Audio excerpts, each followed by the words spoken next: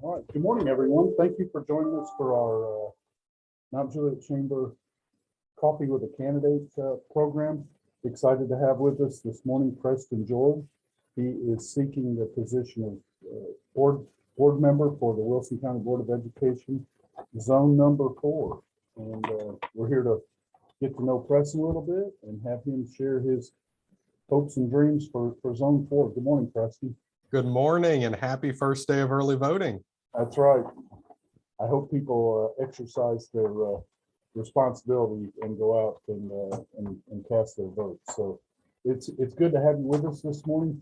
If it's okay with you, let's kind of open up a little bit with tell us about yourself, what you'd like the voters to know. I will remind everybody that Zone 4 is pretty much the heart of Mount Juliet from the Davidson County line, Lebanon and I-40 all the way even beyond Mount Juliet Road on the north and south, taking in Mount Juliet High School, I believe Mount Juliet High School, or certainly pretty close to it, and all the way over to the Golden Bear by the clock tower. Correct? Correct. Yes, sir. Yeah. Right in the heart of Mount Juliet. Yeah. So I'm Preston George. I'm running for Zone 4 as the Republican candidate. And there's a couple things I want you to know about me. First and foremost, one of my proudest accomplishments is being a product of Wilson County. I graduated from Wilson Central High School, and actually, come to fact, prior to rezoning, all of my siblings, all 5 of us were going to graduate from Wilson Central. My sister is actually at Green Hill High School right now as a sophomore. So that's what I want you to know the most about me, is that I'm a product of Wilson County schools. So when we hear comments about Wilson County schools is going downhill or there's problems, I take personal offense to that, because Wilson County gave me opportunities to get where I am today. And I have nothing else to thank but Wilson County schools for that. The next thing I want people to know about me is that I am a Republican. If you look at everybody running in this race, I am the only bona fide Republican. If you look at the voting records of both of my opponents, you combine 2 people that are in their mid-40s, and you combine their voting records. I've voted more times than both of them combined. And I think that says something. We need to know that you can vote as a private citizen before you're expected to make very important votes on the Board of Education. The final thing I'd like you to know is that I'm a graduate of Middle Tennessee State University. And when I graduated, I came back home because I wanted to reside myself with my family in Wilson County, a place that gave me so much opportunity. So I would like to think that I am a homegrown Wilson County citizen. I've come back from college and I'm ready to put my roots here for the rest of my life. Fantastic. You're running for a seat that has been vacated by the previous representative of Zone 4 is not seeking the election. So this will be an open seat. Can you tell us a little bit about what you think are some of the most important matters facing the community at large, and if there's anything specific relating to this position in Zone 4? Yeah, certainly. And if we look at the national media, you would think that Wilson County is just like every other school system, that they're running down, they're underfunded, they're mismanaging money. And that's not the case. I want to let people know we have one of the best school systems in the county. And if you look at some of the success we're having at the student level, at the teacher level via grants and other achievements, people are saying that Wilson County is the gold standard for education in the state of Tennessee. The biggest issues that not a lot of people are talking about that I'm running on is 2 big things that are still apparent today that COVID kind of pushed to the back of the room, but there's still issues, and that's vaping and bullying. As I'm sure you're aware, Mark, vaping became, the age to purchase vaping materials became 21 about a year ago. And that is the biggest endemic that's going on in our school systems right now, is not only being able, students that are even 12 years old that are being able to get those vapes, but there's also selling distributions that are going through our schools. We've got to find a way to tackle that, to be proactive in a sense that we can make sure that not only we are ensuring that the laws of the state and federal level are being implemented, but we are having students that by the time they get out of high school, they are well-rounded, civically minded, and civically engaged students. The second part of that is bullying, and bullying we've talked about for years. Bullying was a thing when I was in school, and Mark, I'm sure when you were in school, bullying was there then. We've got to find a way to look at bullying from a different side. We've always looked at it from the side of, okay, somebody's being bullied, we need to remove them from the classroom, we need to discipline the bully, and that'll sort the problems. But cyberbullying became a really big thing when I was in school, and I believe that COVID happened, we were pushed online for a while. Cyberbullying became the main metric system of being able to bully. So I'm proposing that we look at a peer-to-peer mentor program to try to combat that. That way we are making sure that kids aren't scared to go to school. They're wanting to go to school to learn and become those well-rounded individuals. The second part that I'll touch on is stuff that is related to Zone 4. And I think the biggest thing is the loss of Stoner Creek Elementary and West Wilson Middle School during the tornadoes. Currently, those are in the process of being rebuilt. West Wilson, I know that the board just issued this past week, the bids have opened up for that. So they are starting to go back to the drawing board and get those built. But if you look at the population growth from the 2020 census, the growth is in the heart of Zone 4, in the heart of Mountain Juliet. That's where the growth is happening. And we've really got to attack that. You know, one of the biggest issues that someone's facing, and what I tell a lot of the constituents that I speak to that have kids that are in preschool, kindergarten, or first grade, is rezoning. The biggest issue we're going to face is we're going to have to play the rezoning game because we are in a constant need of schools. One thing the board has looked at in the past, and I would suggest we look at again, is doing community-based learning. Sumner County has a great example of it. If you look at their Beach High School or Station Camp, that basically community-based learning is where you have one plot of land that has an elementary, middle, and high school, where they all share the same fields, they all share the same facilities. That way that not only are you not saying, okay, well, we've got to deal with rezoning because we've got 2 elementary schools and we've got to split people up. If you do this community-based learning, you're almost solidifying and guaranteeing that we don't have to do a lot of rezoning, because if you live in that community, your kids are going to go to that elementary, middle, and high school. And the psychological factor of rezoning that's not talked about a lot, Mark, is that something that happened to my sister, actually. If you've got the same group of friends since you were in the first grade at Stoner Creek Elementary, you go to your freshman year at Wilson Central and hypothetically you get rezoned, you're losing that base of friends. Your support mechanism while you were trying to make it through school, you've lost that. And that's something that's not considered a lot. So I would say those are the things that I'm looking at, some things that I view that are on the radar for Wilson County and Zone 4 specifically. Good information, and I think you're spot on all of them. COVID exposed a lot of our weaknesses, in not just in education, but in the community, in business, in government, everywhere else. There are a lot of people moving here, and we're glad to have it. We certainly are. And but that's certainly that most of them are coming of their own free will. Many of them have a choice on where they want to live. They've looked at our education system. As you said, I mean, it's well recognized locally, state, nationwide. We got some things that are going very well. Can you highlight, in your opinion, having come out of Wilson County schools, what are some of the things that, maybe a couple, that you feel like are successes that we can continue to build on? Certainly. And you hit the nail on the head. People are moving here from all over the state and country because of Wilson County schools. In fact, that's what brought my parents here in 2013. We lived in neighboring Davidson County, but we moved to Wilson County because they saw the value in the education in the schools here. The things that I saw when I was in school in Wilson County, specifically at Wilson Central, is the amount of opportunities that you have here compared to other places. There's some schools in our state and across the country that they don't have AP courses. They don't have college dual enrollment. We have students coming out of high school right now that are a year to a year and a half done with college already because of those opportunities.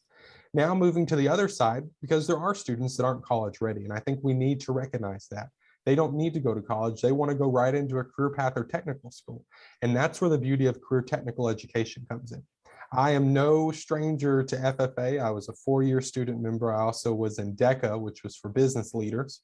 And I think both of those opportunities opened up amazing and tumultuous amounts of things for me in terms of being able to meet the stakeholders within the industry and be able to also communicate with people that said, hey, we've got a job open for you if you like it. You don't need to go to college. People that look at career technical education, they've got to see the rudimentary aspect to it. When you look at FFA and DECA specifically, is being able to give a speech, being able to talk in public, being able to express yourself on a professional level. And I think those are the core values that FFA instilled in me and why I'm here today. There's a ton of other items that we have going on. I don't know if you've seen our sports facilities, Green Hill High School specifically. I mean, wow, you would think that you're at a college football game. We are truly offering from A to Z the best and most brightest resources that we can give to our students. And I think that's why people are moving here. So, we're all proud of our school system. We're proud of our teachers. We appreciate them. I'm sure that you would agree that in order to keep good employees, dedicated, committed employees, money's not everything, but money's a big part if you find yourself being able to go not very far and make a lot more money. Mm-hmm. What are your thoughts on the teacher funding? I know if we commit to long-term raises, then you better have a long-term funding mechanism. You can't use one-time money to fund long-time pay. What might be a creative thing or two that we could do to financially or otherwise reward our top performing teachers? Exactly. And if you look at Wilson County compared to surrounding counties, we're about the middle of the pack when it comes to teacher pay. A lot of the times when you look at pay in Wilson County, people are going to say, well, look at Davidson County, look what they're paying in Nashville. And we've got to realize that that's almost apples and oranges. The tax base in Nashville and Davidson County is tremendously more than in Wilson County. So what we need to do is go back to the drawing board, look at our tax base, look at our budget, see what we can do as a school board internally before we go to the county commission and ask for money. One thing that I want to look at on the benefit side of things, and I think that's really where we make an end with teachers, is we've got competitive pay centrally in the county. What we need to look at is the benefits side. If you look at especially a teacher duo where the husband and wife is a teacher, the insurance cost is tremendous, especially when you add a spouse or child onto it. You're paying several hundreds of dollars a month for insurance, and that's cutting into the pocket of pay that we could argue is not on with national average. If we look at trying to go to, and this is my idea, is moving to the state plan that all of the state employees are already on, and some school systems actually do use the state plan. I think we're going to be able to lower our premiums for our teachers, put more money in their pockets, and while we may not be able to do much on the pay side of things, I think the benefit side is going to correlate to where they're making more money and getting to take more money home each week. Interesting perspective. I hope you pursue whatever you need to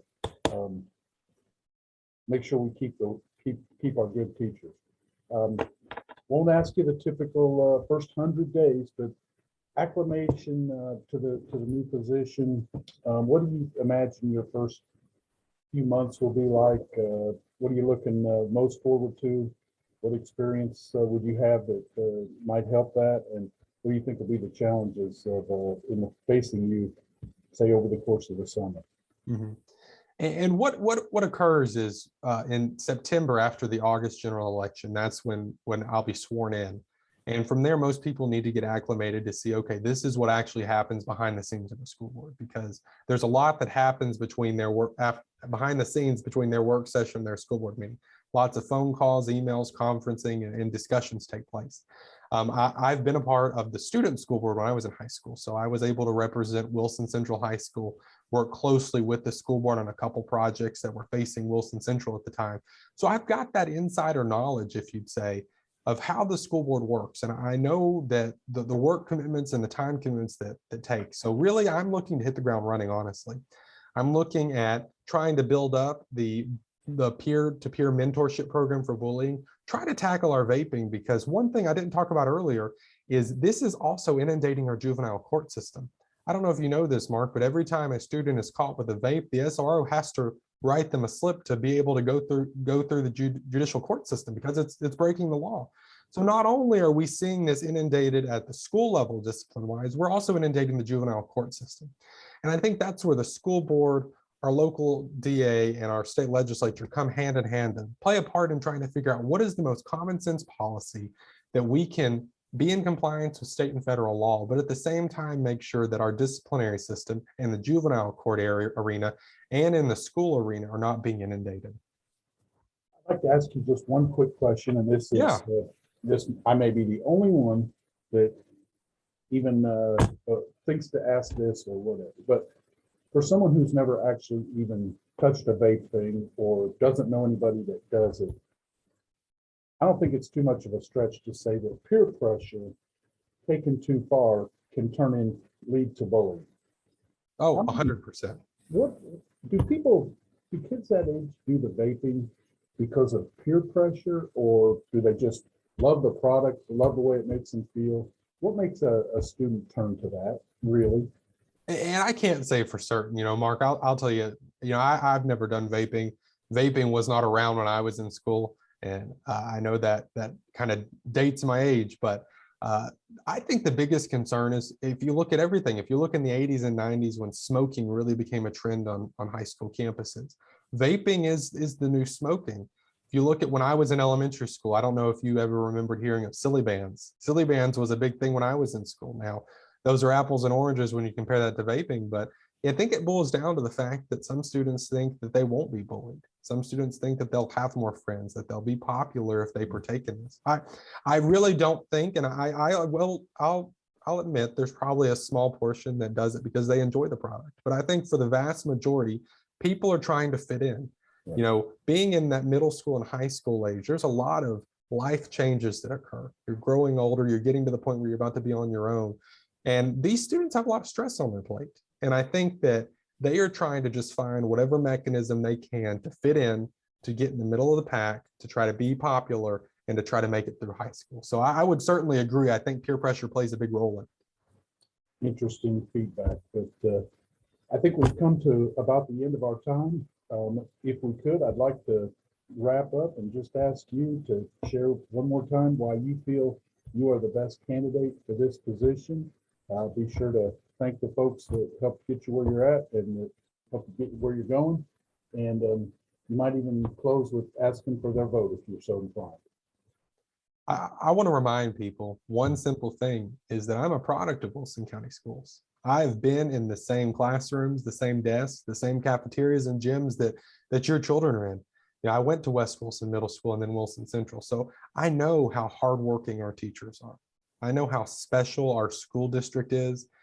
And I want to be able to provide a voice that not only speaks for the administrators and teachers, but speaks for the students. I can truly put myself in the perspective of these decisions because I wasn't there long ago. And that's why I'm running. There's no hidden agenda by what I'm running. I'm running because I want to improve the lives of our students and make the jobs of our teachers easier and more meaningful. And I can't, there's so many people I could thank. And I'll tell you, the two people that I want to thank the most right now are my parents. They made the decision to move to Mount Juliet about 10 years ago to give us a second chance on education. And it afforded me the opportunities that I can certainly say that I would not be on this call with you, Mark, right now if my parents hadn't made that decision. But I know we alluded to it earlier in the video. Early voting starts today. It runs all the way to April 28th, and the primary election's on May 3rd. And I'd encourage you that if you're watching this video, if you want to vote for somebody who truly knows Wilson County Schools, and if you're voting in the Republican primary and you want to vote for someone who is a Republican, who has a Republican voting record, who was the chairman of Tennessee College Republicans, who truly embodies what it means to be a conservative, I would certainly appreciate your vote during this primary. Thank you very much for your time today. Thank you and your family for stepping up and throwing your name in the hat for public service, which is something most people would never do. So I thank appreciate you very that. much. Best of luck in the campaign. I encourage everybody to go out and exercise your right to vote. Have a good rest of the day. All right, you too. Thanks.